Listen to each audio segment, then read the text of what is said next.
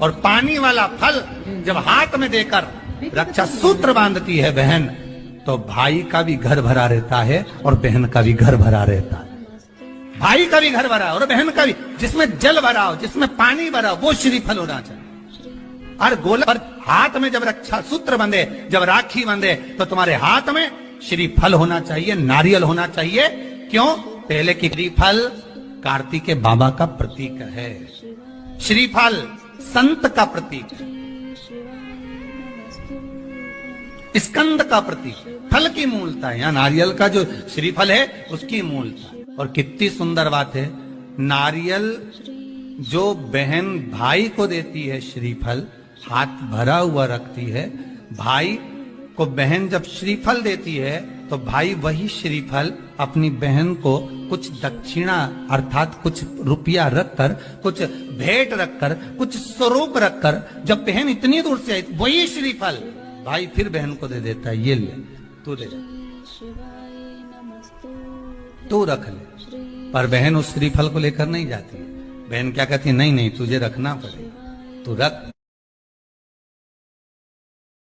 आपसे निवेदन है, जब आप रक्षा सूत्र बांधे, राखी बांधे, जिसमें जल हो, पानी हो, और पानी वाला फल जब हाथ में देकर रक्षा सूत्र बांधती है बहन, तो भाई का भी घर भरा रहता है और बहन का भी घर भरा रहता है।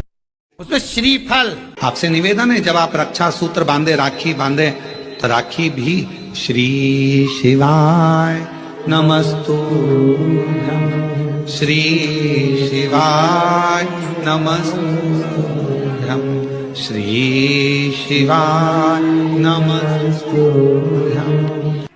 आप नारियल का गोला दो, 50 बार दो, 10-10, 20-20 गोले दे दो, 50-50 गोले दे दो, मना नहीं है, हैं? 2-4-8 झोला भर के दे दो, हम वो भी मना नहीं करे। एक बोरा भर के दे दो, उसका मना नहीं। और श्रीफल की मूलता है, यहाँ नारियल का जो श्रीफल है उसकी मूलता है।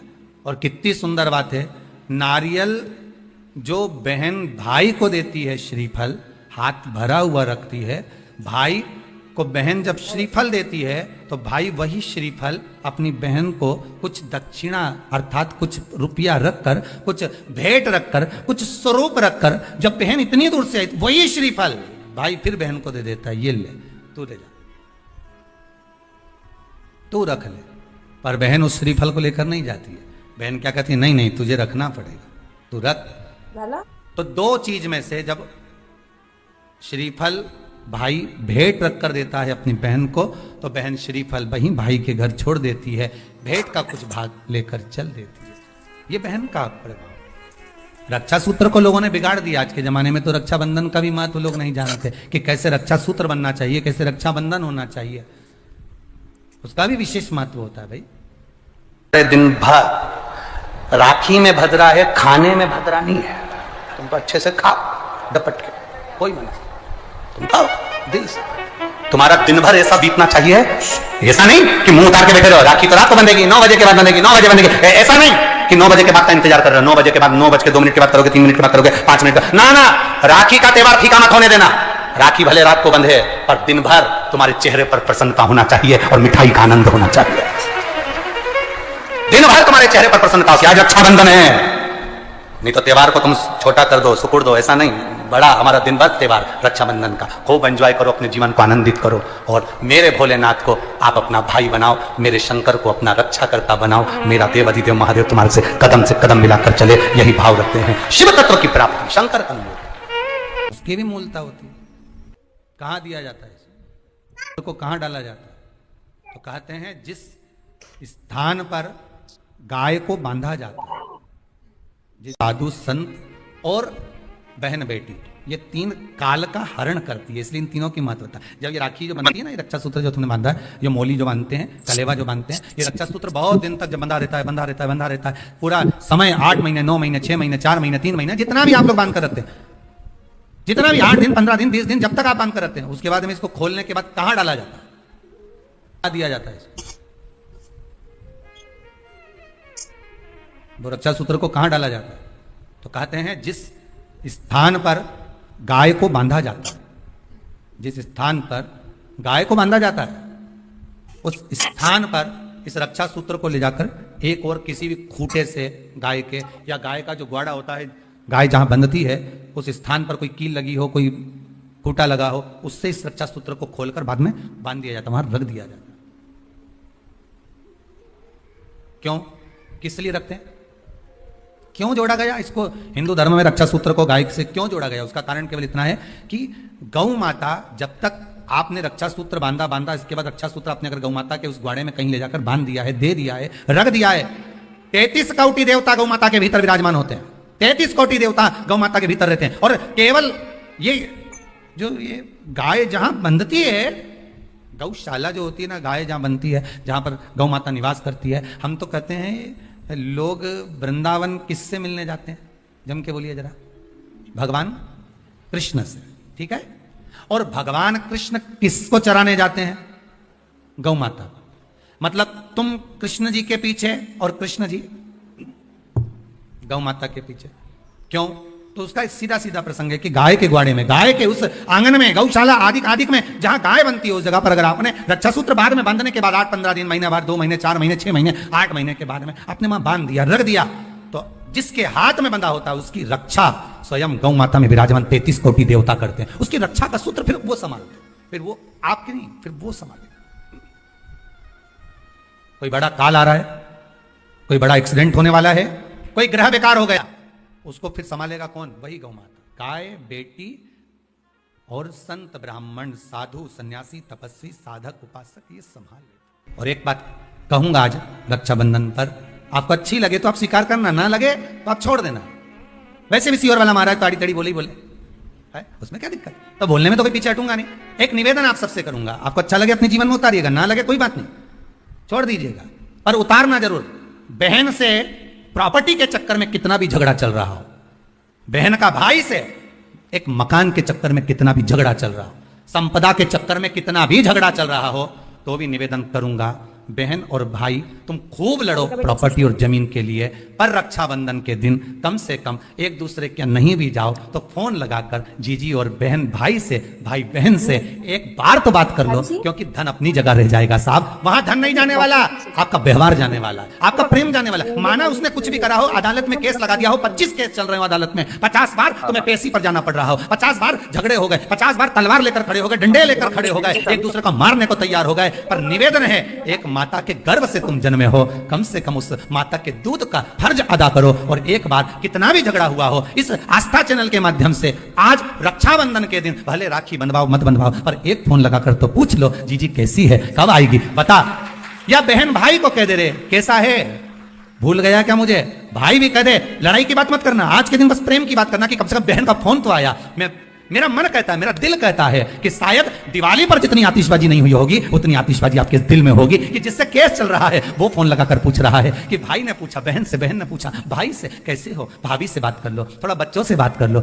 माना अदालत में देखा जाएगा, लड़ाई झगड़े सब होंगे, सब कुछ होगा। कौरव और पांडवों की कथा तो देखो रे, कितनी सुंदर है, कितनी सुंदर है।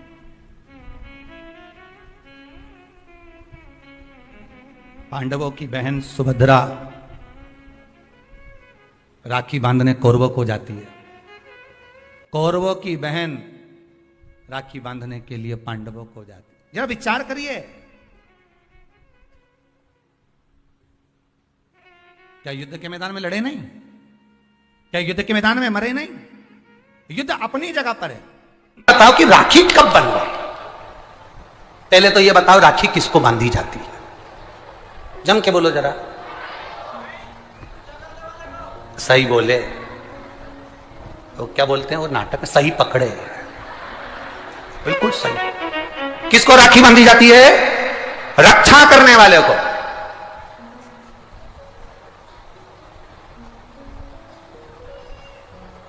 अब तुम्हारी बहन तुम्हारे साथ चल रही है और तुम्हारी जिंदगी में हर पल वो तुम्हारा साथ दे रही है कि नहीं रक्षा करने वाली? राखी आप अपनी बहन को भी बांध सकते हो। दो बेटियां आपस में बात कर रही थी, मेरा भाई नहीं है गुरुजी, मैं क्या मेरे बुआ के लड़के को राखी बांधने जाऊं, मैं क्या मेरे मामा के बच्चे को राखी बांधने जाऊं, मैं क्या उसको, राखी बंधवाने वाले के मन में ही नहीं है, क्योंकि उसके मन में आ रहा है 500 रुपए देना पड़ेगा, उसकी मम्मी के मन में आ रहा है कपड़े दिलवाना पड़ेंगे, पर तुम्हारे भीतर ऐसा भ्रम उत्पन्न कर दिया कि राखी के लिए लड़का होना जरूरी है, भाई होना जरूरी है। शिव महापुराण कथा कहती है जो तुम्हारी रक्षा करे राखी उसके हाथ में होना चाहिए। तुम्हारी बहन जरूरी नहीं कि भाई होगा तो राखी बंधेगी, तुम्हारी बहन तुम्हारी रक्षा कर रही है, राखी बांधिए। रक्षा करने वाला पिता भी होता है, बेटी अपने बाप के हाथ में भी राखी बांध सकती है, वो रक्षा करता है। भाई रक्षा करने वाला है, भाई के हाथ में राखी बांधी है। और मेरा गणेश, मेरा शिव, मेरा ओघड़दानी, मेरा लड्डू गोपाल, मेरा कृष्णा, मेरा राम, जो भगवान तुम्हारे घर में है राखी उनको भी बांधिए, वो तुम्हारी रक्षा करते हैं। राखी गुरु को भी बांधी जाती है क्योंकि गुरु रक्षा करने वाला होता है, मार्ग प्रशस्त करने वाला होता है। राखी हमारी जिंदगी का एक सुख देने वाली, राखी हमारी, ऐसा नहीं कि केवल मनुष्य को राखी बनती है, आपके गौ माता भी अगर आपके यहाँ है तो गाय भी तो आपकी रक्षा करने वाली है, वो उसकी रक्षा भी हमें करना है और वो हमारी रक्षा करे। जिस वृक्ष को तुमने बड़ा करा, एक पेड़ को तुमने पाला बड़ा करा, उस पेड़ को तुम अपना बनाकर, अपना जानकर वृक्ष को उस लायक तुमने बना दिया कि वो दुनिया की रक्षा करेगा। उस वृक्ष को ऐसा बना दिया कि दुनिया को छाया देगा। उस वृक्ष को ऐसा बना दिया कि ये दुनिया का भरण पोषण करेगा, तो वो वृक्ष भी दुनिया की रक्षा करने वाला है। प्रकृति से प्रेम करो और पेड़ को भी राखी बांध सकते हो। रक्षा करने वाले को राखी, जो तुम्हारी रक्षा करे। एक माँ अपनी बेटी की, अपने बच्चों की रक्षा करती है। ये जरूरी नहीं कि तुम, हमारा भाई नहीं है अब हम किसको राखी बांधे, हम किसको भाई बनाएं, हम किसको भाई बनाएं, हम उसमें राखी बांधे। बहुत भ्रम फैला रहे हैं लोग, नाटकों के माध्यम से बहुत भ्रम फैला रहे हैं। किताब, गाय, ब्राह्मण और बेटी तीन तुम्हारे दरवाजे पर आए, उनका आदर करिए, सम्मान करिए, सत्कार करिए। तीन को देने से कभी नहीं घटता। पहले भी कथा में कहा, आज फिर कहते हैं, ब्राह्मण को देने से कभी नहीं घटता। संत, ब्राह्मण, साधु, सन्यासी, तपस्वी, साधक, उपासक, इनको देने से कभी नहीं घटता। दूसरा, गौ माता को देने से कभी नहीं घटता। और तीसरा, बहन बेटी को देने से कभी नहीं घटता। इनको देने से बढ़ता ही है, घटेगा नहीं।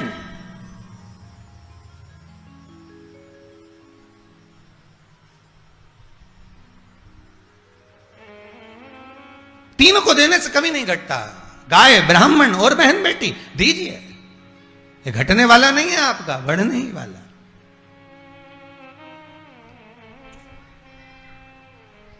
महाराज, आप मेरे दरवाजे पर आए हो, ब्राह्मण आज मेरे द्वार पर आया है और ब्राह्मण मेरे दरवाजे पर आया है। कितना सुंदर बात है महाराज। गाय तुम्हारे दरवाजे पर अगर आकर खड़ी है, रोज 9 बजे भोजन देते हो, रोटी देते हो, आज 11 बजे आ गई, वापिस पलट कर आ गई, समझ लेना कोई काल आने वाला था। गौ माता इसलिए दरवाजे पर आकर खड़ी हो गई है, कोई काल तुम्हारे सम्मुख में आने वाला था। गाय ने तुम्हारे घर का अन्न खाया है, इसलिए गौ माता ने उस काल का हरण कर लिया। गाय उस काल का हरण कर गई।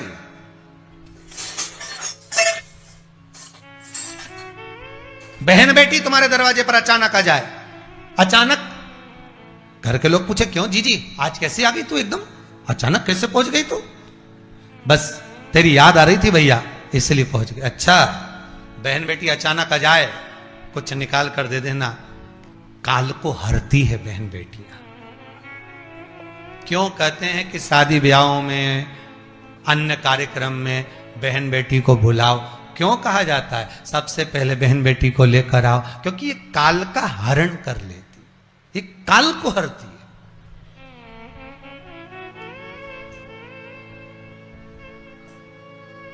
गाय तुम्हारे सामने आ जाए, वो काल का हरण कर रही। बहन बेटी तुम्हारे दरवाजे पर अचानक पहुंच जाए, कुछ दे दीजिए, काल का हरण करती है। संत ब्राह्मण तुम्हारे दरवाजे पर जाए, कुछ दे दीजिए, काल का हरण करते हैं। ब्राह्मण भी तुम्हारे दरवाजे पर पहुंचे, संत, साधु, सन्यासी, तपस्वी, साधक, उपासक दरवाजे पर पहुंच रहा है, वो काल का हरण करते हैं, काल को हर लेते हैं। गौ, बेटी और ब्राह्मण, संत, साधु काल का हरण कर लेते। काल को हरने वाले होते हैं। पहले नंबर पर संत, ब्राह्मण, साधुजन, गुरुजन जब तुम्हारे दरवाजे पर आते हैं, तुम्हारा काल हर लेते हैं। दूसरे नंबर पर है गौ माता। गाय को जब हम रोटी देते हैं, गौ माता हमारे काल को हर लेती है। तीसरे नंबर पर है बहन बेटी, जब हमारे यहाँ आती है और हम कह देते हैं जीजी ये मेरी साड़ी है, पहन लो, घर से साड़ी लेकर मत आना। जब हम उसको साड़ी पहनने को दे देते हैं तो एक ननन बहन बेटी ऐसी होती है जो अपने भाई के घर के काल को भी हर लेती है, वो बहन बेटी होती है। क्यों? माता लक्ष्मी जी ने जाकर राजा बलि की धर्म पत्नी के वस्त्र को क्यों लिया था? लक्ष्मी जी के भाई हैं राजा बलि, क्यों लिया? ऐसा वस्त्र में क्या था? क्यों कहा जाता है जीजी मेरी साड़ी पहन लो? क्यों भाभी कहती है ननन से लो मेरी साड़ी पहन लो, लो मेरी साड़ी पहन लो, क्यों कहती है? गुरुजन जब तुम्हारे दरवाजे पर आते हैं तुम्हारा काल हर लेते हैं। दूसरे नंबर पर है गौ माता। गाय को जब हम रोटी देते हैं, गौ माता हमारे काल को